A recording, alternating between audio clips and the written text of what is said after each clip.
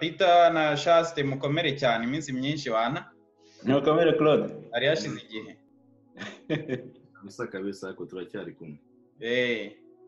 None anagira ngo ariko wenda abantu batuzi ko turi muri ya kampanye Amahoro Iwacu, wenda tubabwire message icyatuzanye cyaduhuje uyu munsi. Cyaduhuje no gushimira abanyarwanda kubera akazi keza bakoze ko kwakirira kampanye Witness Challenge, bayakira n'amaboko yombi kandi twageze ku bintu byinshi cyane. None tukabona ko byari byiza yuko dutanga raporo tukavugana murakoze cyane abanyarwanda n'abanyamahanga benshi ariko ntabwo bashobora kumva ururimi rwacu, ariko abanyarwanda bitabiriye kampanye Witness Challenge #Witness Challenge. Tukaba twaragejeje ibiriya bitabo by'uriya mu journaliste Judy River ku bantu benshi cyane, kandi namwe babiri mukaba mwarabonye impact byagize abantu isomye bisa icyagatebuka ndabona rwose cyarasomwe, ariko benshi cyane cyarasomwe utangire kunyambika ubusa mu Nyarwanda cyane. Bose abantu barayitabiriye kandi twabonye yuko iyi kampanye yageze ku bintu byinshi bikomeye cyane. Nibyo koko abanyarwanda iyi kampanye barayitabiriye. Hari nk'abajene rwose twagiye tuganira barambwira ati rwose cya gitabo nta nubwo twari tuzi ko kinabaho, ariko natwe twaragisomye kandi byaradushimishije uburyo rwose nabo banakivuze nyine bacyoherereza abandi bantu banyuze muri kampanye. Ubwo rero rwose witanze wese icyakora agakora mu mufuka we kugira ngo kuri mahanga hakumenyekane, uwo nguwo rwose turamushima. Nanjyewe icyo nakongeraho ni uko kino gitabo kimaze kugera ahantu henshi, ibihugu byinshi. ntabwo nzi umubare, ntabwo narebye kuri raporo mbere y'uko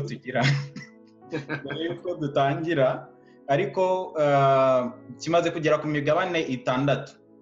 Donc abantu baparticipiye bari mu bihugu byinshi cyane bitandukanye no mu turere dutandukanye. Ikindi hari abagiye batubwira abo tubyoherereza, abo ngabo ibitabo byabagezeho. Hari n'abagiye bohereza message bagashimira ko byabagezeho. Hari noneho n'abakontribuwe, ariko baratubwira ati mwe muretse kubyohereza tubanze tubahe liste yabo muzabigezaho. Abataratugezaho izo liste rero turacyazitegereje kugira ngo tuzohereze. Ariko urebye ibyinshi, mbese ahantu byagiye bigera ni kure cyane, kandi nk'uko Shaste tubivuze, abantu benshi bakunze ko bamenye information batari basanzwe banazi, cyangwa se ukuntu cyanditse, ukuntu kiri, mbese information ukuntu zipresence baragize, abantu barabikunze cyane. Byo ndumva nanjye ndashimiye abanyarwanda baparticipiyemo kuko nibo bumva iki Kinyarwanda, ubwo n'abanyamahanga ariko wenda twazabashimira mu ndimi bumva. Kandi icyo nishimiye cyane kuri iyi kampanye ni response twagiye tubona ku bantu twagiye twohereza iki gitabo. Twohereje ku ba journaliste, twohereje ku ba depite, abantu bafata decision mu bihugu bitandukanye. Benshi bagiye bavuga yuko hari bike bari bazi, ariko hari ibindi byinshi batari bazi, kandi uku niko kuri kugomba gusohoka ibyabaye mu gihugu cyacu, kandi abakoze ubwicanyi bwose bagomba kumenyekana. None iyi kampanye yafunguye umuryango kugira ngo abanyarwanda hari benshi bifuza gukora contribution mu rugamba rwo kurwanira demokarasi and justice mu gihugu cyacu. Bakaba barabonye chance yo gukora ibingi banyuze muri kampanye ya Witness Challenge. Turabashimira kandi turashaka kubwira abanyarwanda yuko tugikomeje ni challenge ya Witness Challenge. Turacyafite ibitabo byinshi bigomba kugenda ku bantu benshi cyane.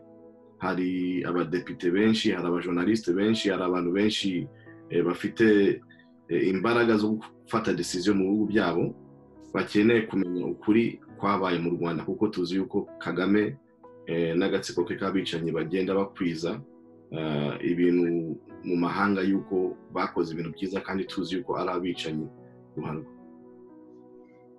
Hari n'abantu nkeka ko wenda twashimira by'umwihariko abantu bagiye bagura ibitabo byinshi ari nk'umuntu umwe cyangwa se groupe yari nk'abantu baguze, ugasanga nk'umuntu yohereje message ko bakontribuye ibitabo 30, ugasanga undi yakontribuye ibitabo 15, undi yakontribuye ibitabo 20, gutyo kubera ko rero batigeze bavuga ko wenda bakeneye ko hari umuntu yabavuga, baye mbashimiye ntabavuza amazina.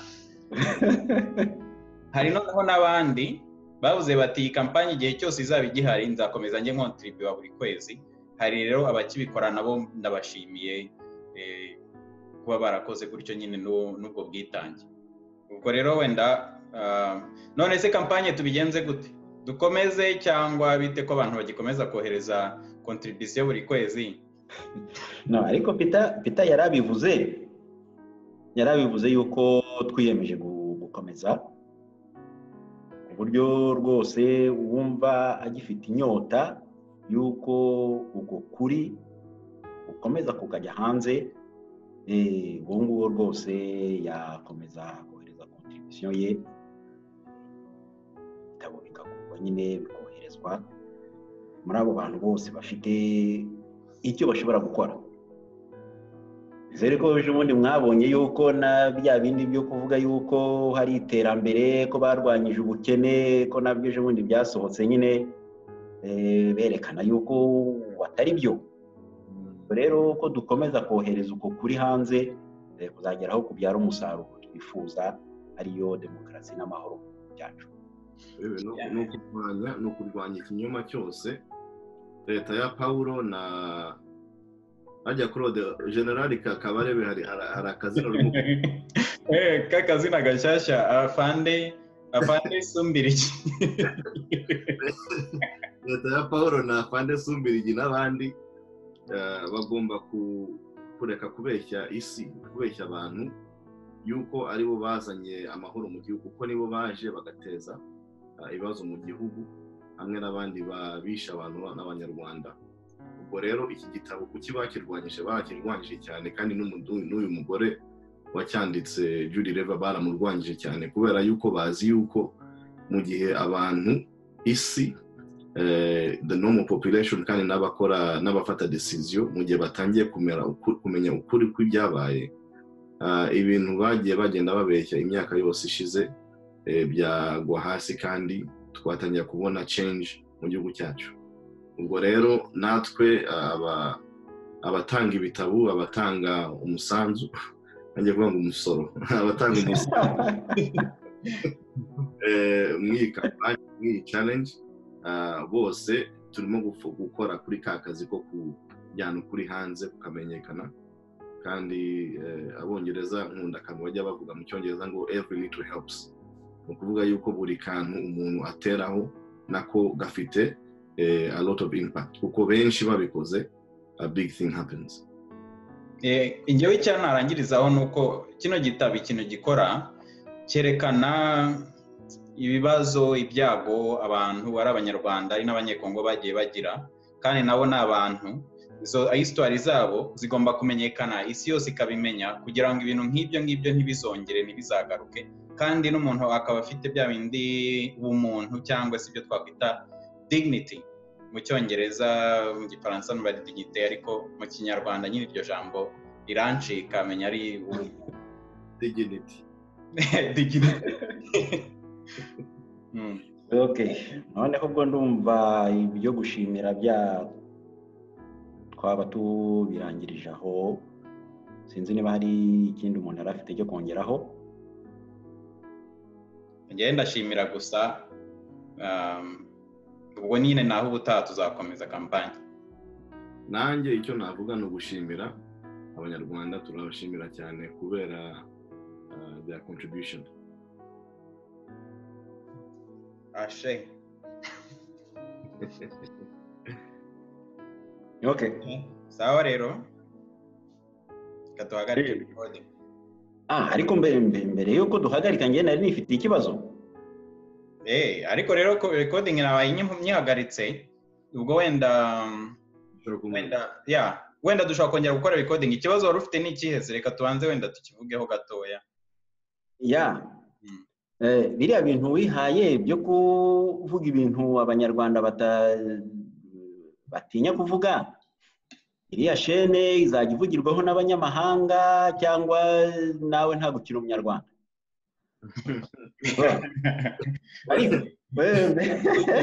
Ariko wowe ntabwo uri mwabo banyarwanda batinya se? simbizi ariko izakomeza byo nta kundi. Wenda nzaba umunyamahanga, simbizi niba ari kuvuga ibyo abanyarwanda batinya kuvuga niba ari ubunyamahanga. Gusa iriya ni shene yo mu kinyarwanda, ariko hari na phase yo kuzana ivuga mu zindi ndimi, icyongereza, igifaransa, Spanish, wenda niba hari n'abavuga igishinwa. Ubwo hagati aho ahubwo tuzashaka n'abakohost bo kugira ngo nyine bajye badufasha muri izo ndimi.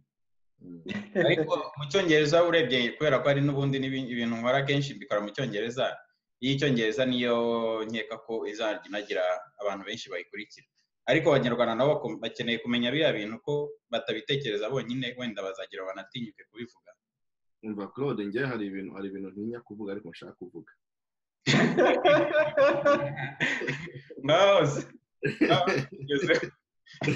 Urashaka kubivugira kuri iriya YouTube cyangwa urashaka kubivugira hano? Uko mbivuze ko ntinya kubivuga, ubwo nyine it will be between me and you. Ubwo abandi ntabwo babimenya.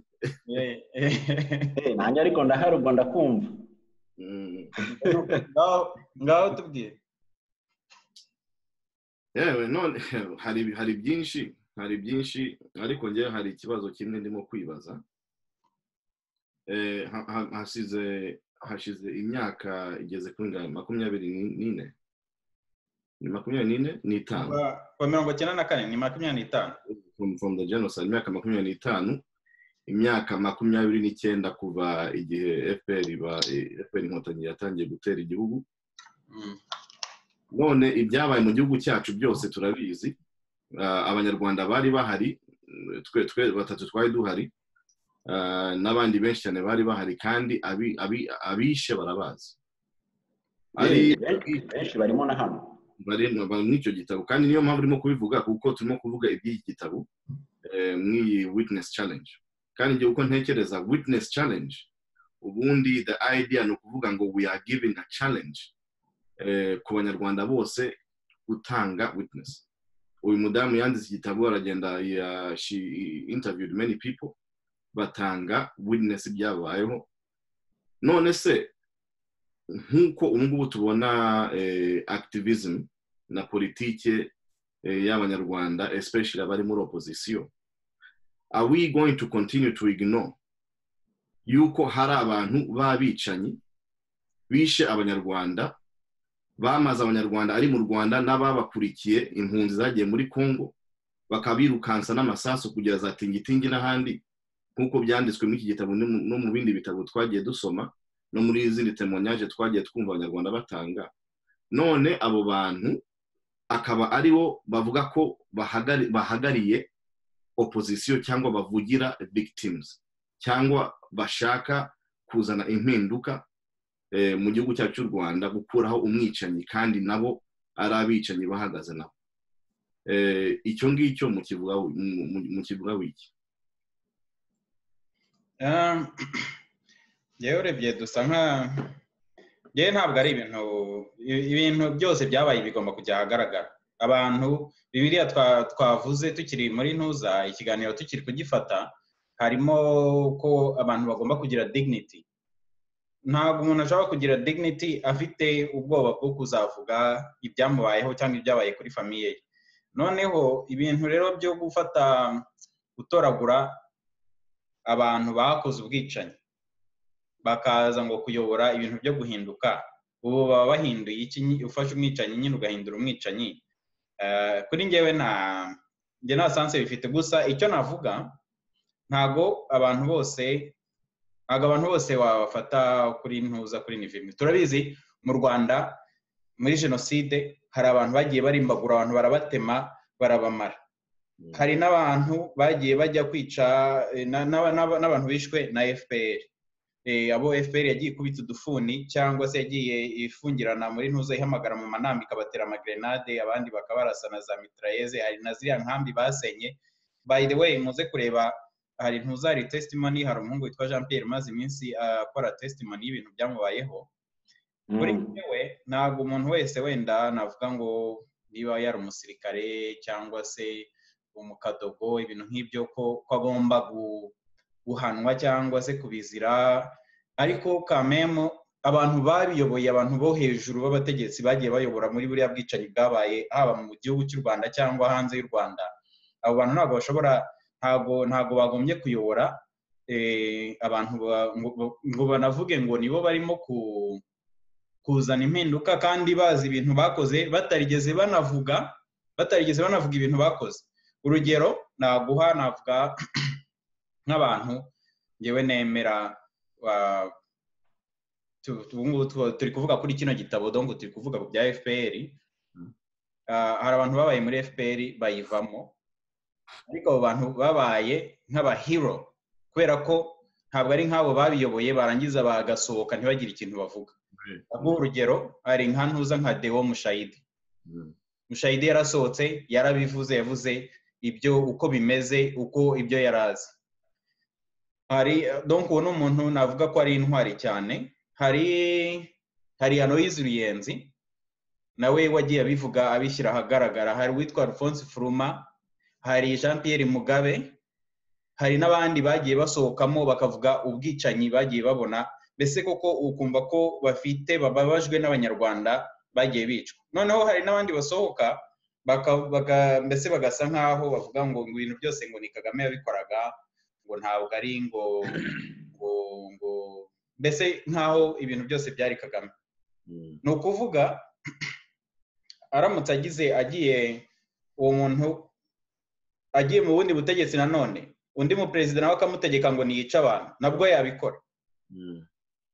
Abantu bagiye babiyobora ntabwo bagomba byanze bikunze. D'abord icyambere bagomba gukora ni ukuvuga ibyo babayemo, ibyo bakoze, ibyo bayoboye, bakabishyira ahagaragara, abanyarwanda bakamenya ibyabaye, kubijyana mu nkiko, bikumvikana mu nkiko ukuntu ibyo bintu byagenze, niyo nabo baba ari abantu baregwa. Naho ubundi kugira gusa gusohoka ngo okay mvuye muri FPR, harya afande ntuza Kabarebe rya zina rye rishyashya ninde? Reba nk'ubu ngubu barimo kuvuga ngo Generali Kabarebe afande Sumbirigi. Ntuza barimo kuvuga ngo nawe ubu ngubu basigaye afite ibibazo mu Rwanda. Ubuze naramuka asohotse, cyangwa Dani Munyuza, cyangwa se bano bose ntuza abantu twirirwa twumva bavuga ko ari abica ba Jacques Nziza, bayibingira. Hari n'abandi bafite cyangwa bari bafite imyanya nk'iyo ngiyo nkabo ubu ngubu bitwa ngo bayobora opposition. Ntabwo ibyo bintu ntabwo no. Iki ni ikintu abanyarwanda baragitekereza, ariko rero abanyarwanda benshi batinya kubivuga, kandi impamvu batinya kubivuga nuko tumaze ni mentality yo kuvuga ngo politike for the sake of politics, for the sake of moving forward. Ariko ntekereza yuko tugomba kugera ahantu abanyarwanda bakavuga bati ukuri kugomba kugenda imbere. Truth has to go for the dignity. Reka nkunganire iki kibazo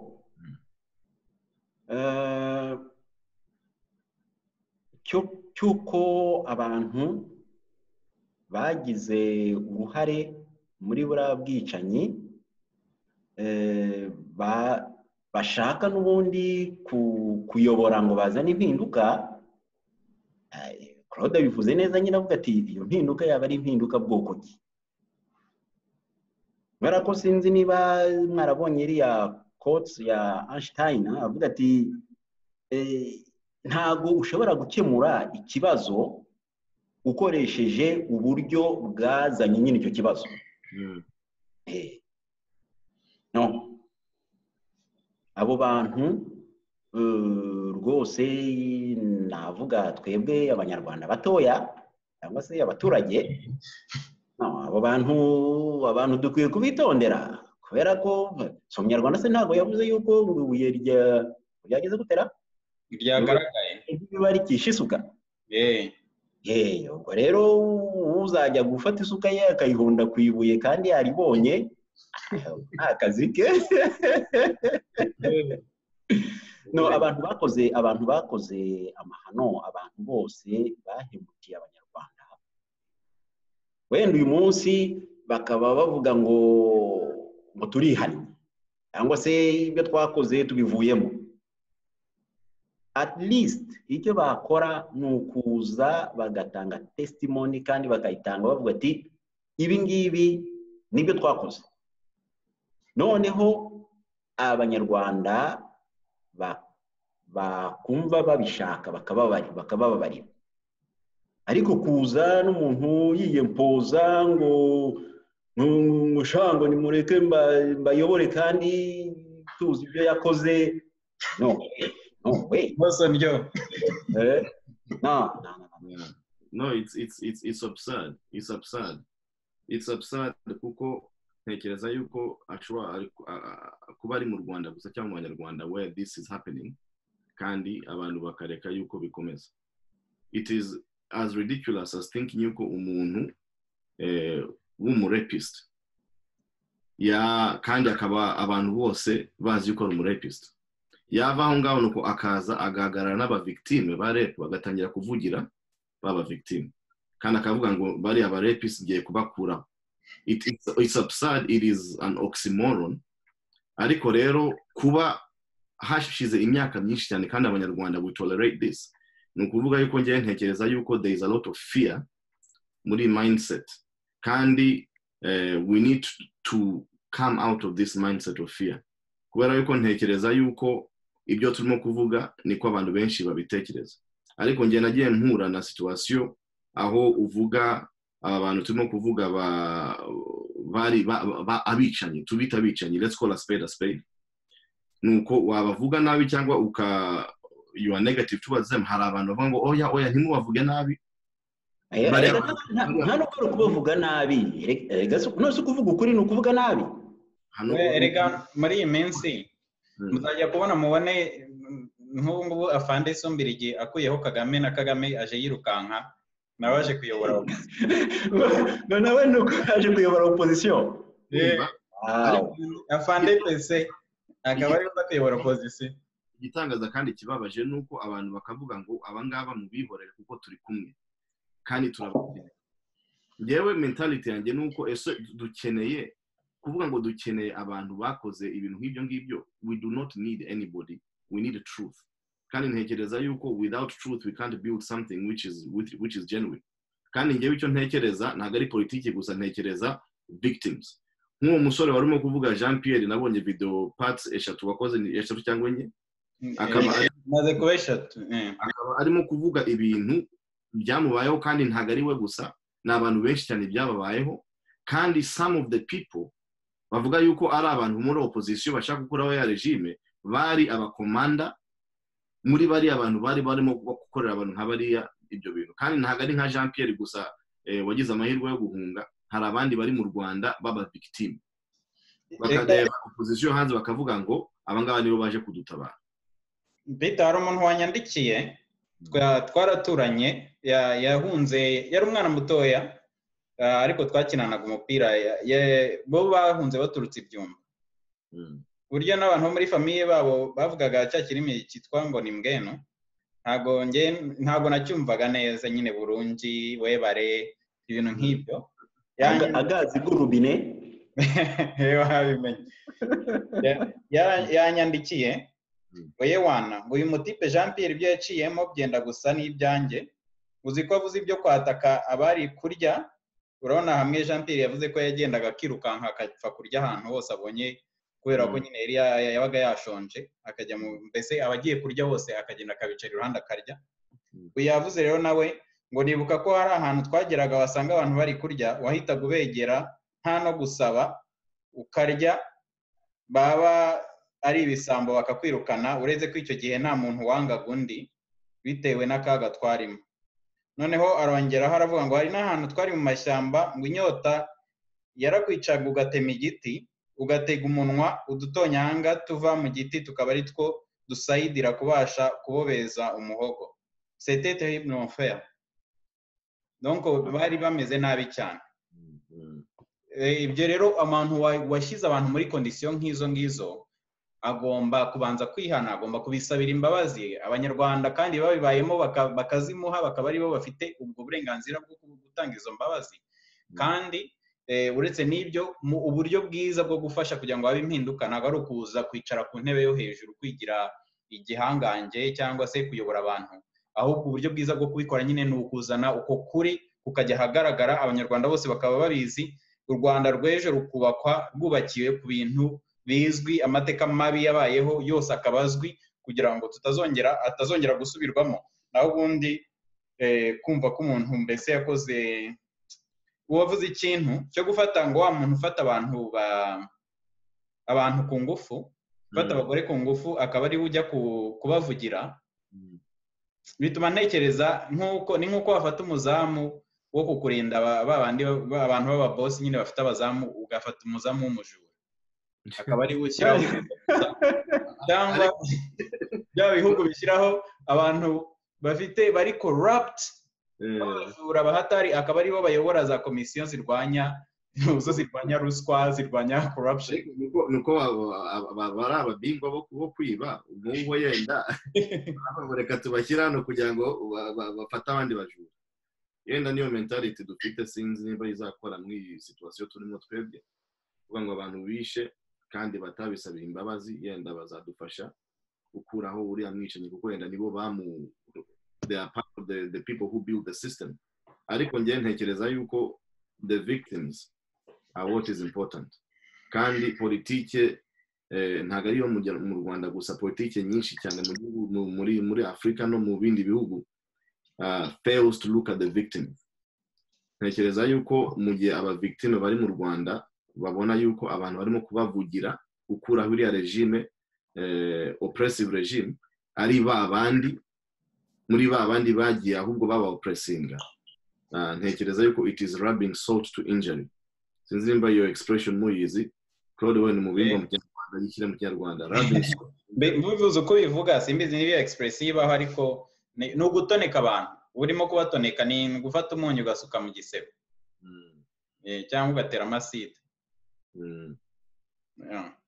Anyway, no ibyo ntabwo kwaba ari ukubaka kuri njyewe, niko mbibona. Rwose nta kubaka kurimo.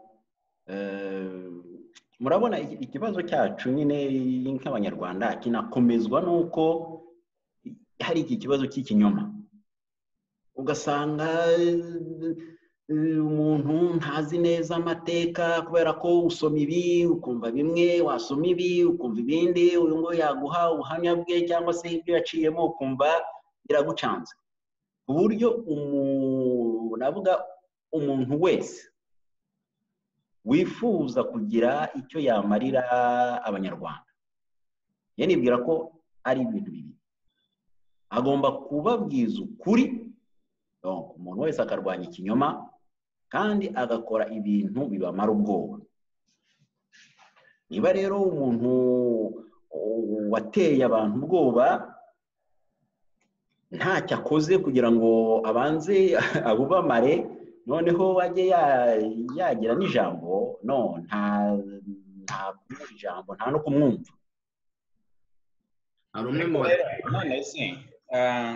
Ikindi ngewe ari nk'abo bantu twavuze bo ba Mushayidi na Ruyenzi n'abandi bagiye bava muri FPR, ba Mugabe, ba Furuma, bakabishyira ahagaragara. Urakeka mwene nk'uwo muntu wabiyoboye agifite imbaraga akiri muri FPR, akiri mu Rwanda, wibaza ko yari abamereye gute? Ni iki yabifurizaga?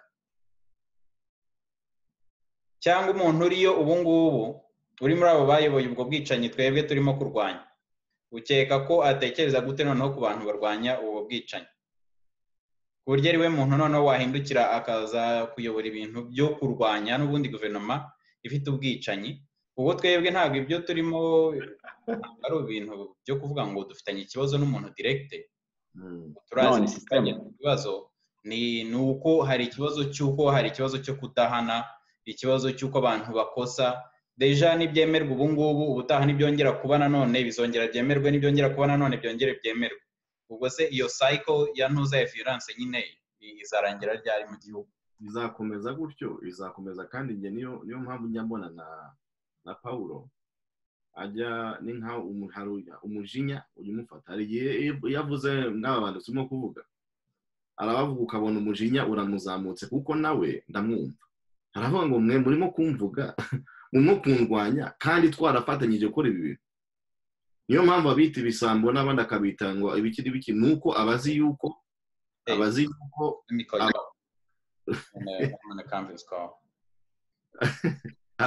aba bantu ni ba bandi twafatanyije ibintu, bakaba noneho barimo kuvuga ngo nijye mwicaye. Ikibazo afite Paulo nuko adashobora kuvuga ngo namwe muri abicanye twishe hamwe, ubwo ngo nawe aba yitonze rwa rutoki. Ariko namuzi Paulo hari igihe avuga ukumva, kandi ukuntu ajya kuvuga umunsi umwe azavuga ngo sha twarishe hamwe twarimbuye abantu hamwe, none muri kunyita umwicaye ngenge. Abantu rero bagenda bavuga ngo twebwe turi mu Rwanda, Paulo niwe watangaga amabwiriza, twe nta kintu twavuze. Paulo akavuga ngo mugende mwice murimbagura abantu tukagenda. Ariko mwaba bantu hari abandi bagenda mu kindi gihe barimo gushaka kwirata, bavuga ngo bagiye bamufasha. Hari story imwe numvishe umwe avuga ngo yagiye amufasha, ngo sinzi hari ikintu Paulo yari yabaye ubwo bwamwishe mu ntambara, aragenda aramuterura nk'uruhinja aramujyana. None ariko mu gihe barimo kuvuga ko batishe, bakavuga ngo oya ni Paulo wishe, twebwe twari abasirikari. kandi ni ukuri, hari ukuri n'ibyo ngibyo, hari abasirikari bafata order. Nicyo watangiye kuri uvuga yuko hari abantu bari muri FPR, ntabwo bose twavuga yuko, ariko we are talking about abantu bari decision makers. Nta kuntu twakwemera yuko Paulo ari we decision maker mu Rwanda gusa, nubwo ari byo ashaka, ariko ntabwo yabishobora. Nta nubwo iyo umuntu agutegetse kujya kwica abantu, ntabwo nawe uhaguruka ngo ugende upfe kwica abantu. Ibyo nabyo ni responsibility. Niyo wavuga ngo baguhaye amategeko ngo uragenda kujya kwica abantu uzi ko umuntu atazagaruka, ntabwo umuntu ashobora gupfa kuvuga gutyo gusa. Ni ibintu bidafite, ntabwo ari credible. Cyere kubishe uzi ko bazagaruka. Wenda nk'umujura wenda ariba akumva ko umuntu azagira uwo yibye ashobora kubisubirana, ariko uwishe umuntu aba yamurangije. None se just rero ushaka ko dukora recording y'ibi bintu, ubwo nagomba kujya guhindura umupira cyangwa se nambare costume nk'umutegetsi uzanya kuba. Nawe uratangiye kuba. Hello. Sibyo? Hello. Niba Samani niko kurira. Wowe wari urimo kuvuga ibintu by'ubutegetsi. Abana dukeneye n'abategetsi beza, abana batambara ikote gusa, ahubwo batekereza umuturage. Yaba umutegetsi yabona umuturage, ariko si kubona umutegetsi ari umukozi, ari ugomba gukorera abaturage. Ariko twebwe nyine abanyarwanda turacyifite ya mentality y'umwami, wana umutegetsi nyine ahubwo n'agahene twari dufite cyangwa se n'agakoko tukajya kugatanga kugira ngo tubone icyo tumuzimanira, kandi nawe akabyakira, kandi iyo atabibuze. Ariko nyine dukeneye abategetsi bakunda abaturage. None se turabicisha tubivuge, ngiye guhindura. Ngiye guhindura. Ndufite uyu munsi afite akazi kenshi, buriya wenda twazareba undi munsi noneho, ariko nanjye ukambwira nkawe, ariko nanjye ndakira umuturage. Okay. My boys just came in. Hello. Hey. Okay, don't come on the camera. Just say hello to these guys. All right. We can hear you. Hello. Hello. This is what you say, marahaba. Nawe uramera nk'aho mugabo kuri BBC. Umwana we yaje kumwegera akajya amusunika.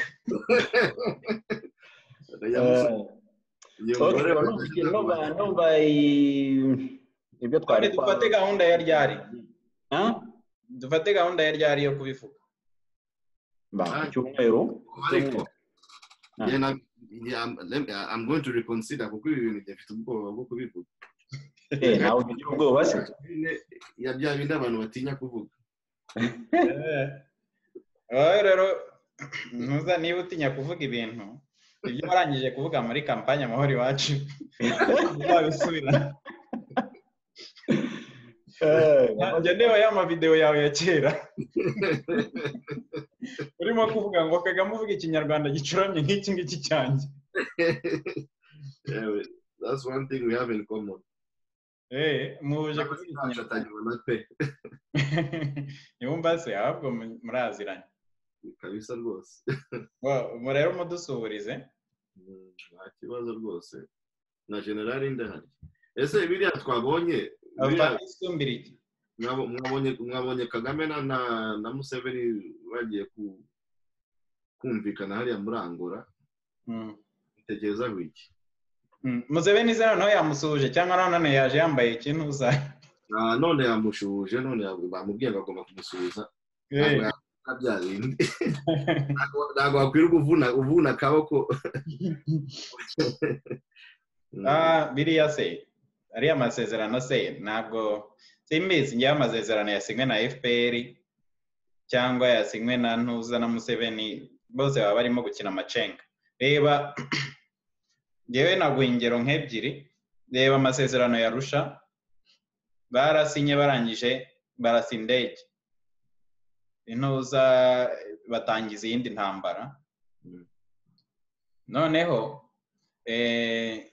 muri 1997 ngira ngo cyangwa na kangahe burikwa ko bari kumwe na Kabila nabwo bari gukora amasezerano na Mobutu nayo ntago bayakurikije bakomeje intambara.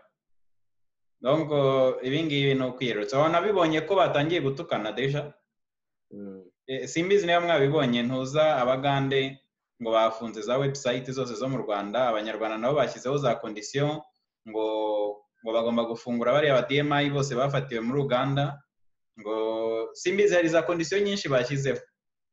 Ariko igisekeje cyane rero kuri zino Ntuza ibintu abantu bo mu Rwanda banakora harimo n'ibintu ubona nta sanse bifite. Banabyita n'ubucucu kubera ko reba birirwa barimo kuvuga ngo nibafungura abanyarwanda bafungiye muri Uganda.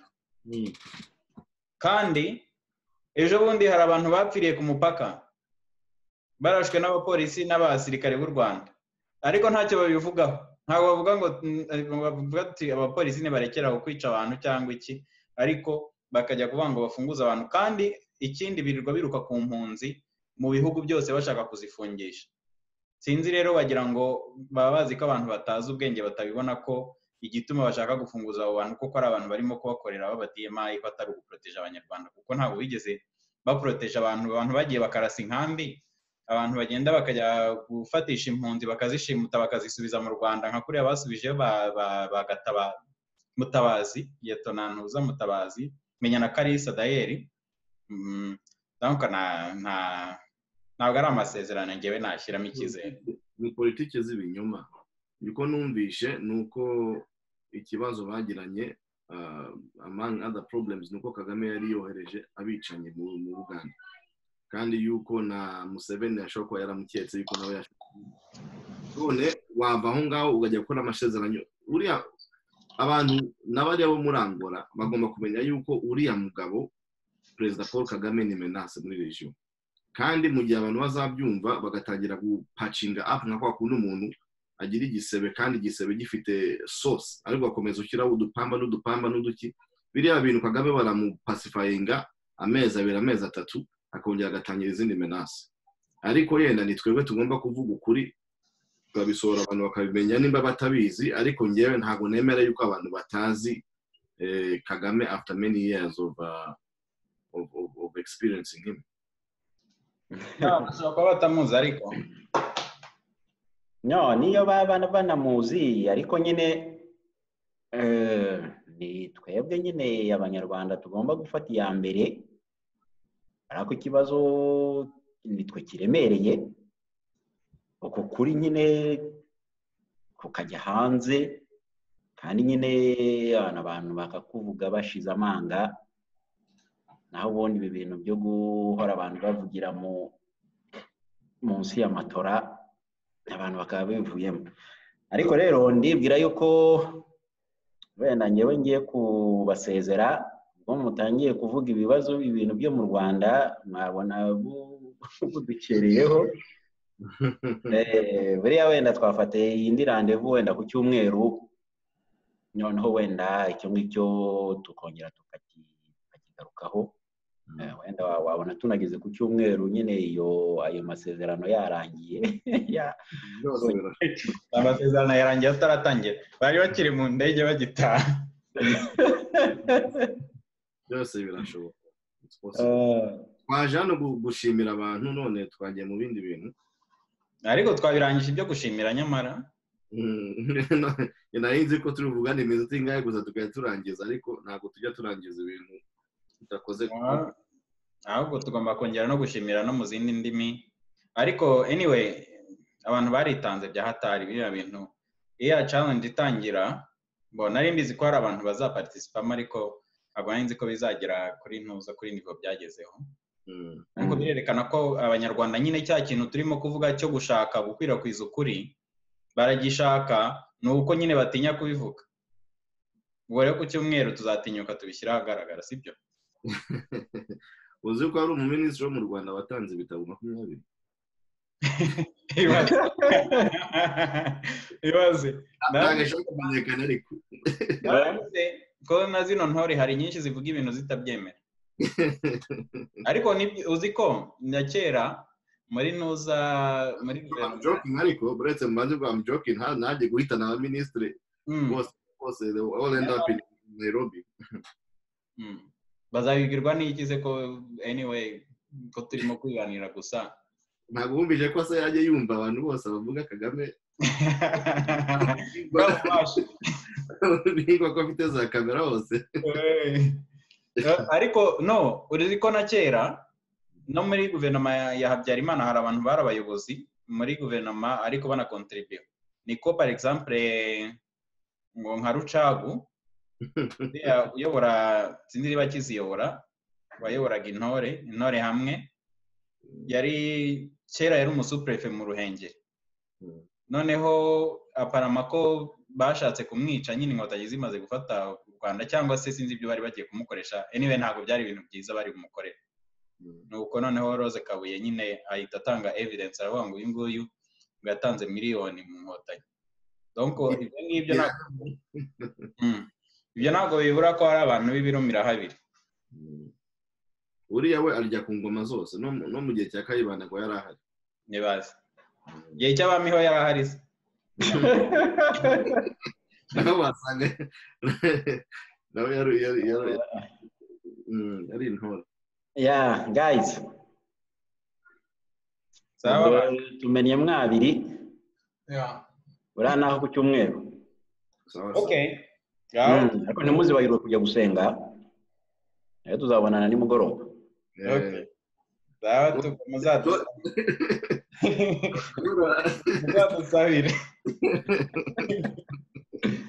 muzasabire cyane cyane abanyarwanda ariko n'abayobozi babo, cyane cyane abayobozi kugira ngo bazagire intuzo ubumuntu. Sawa. Okay, bye bye.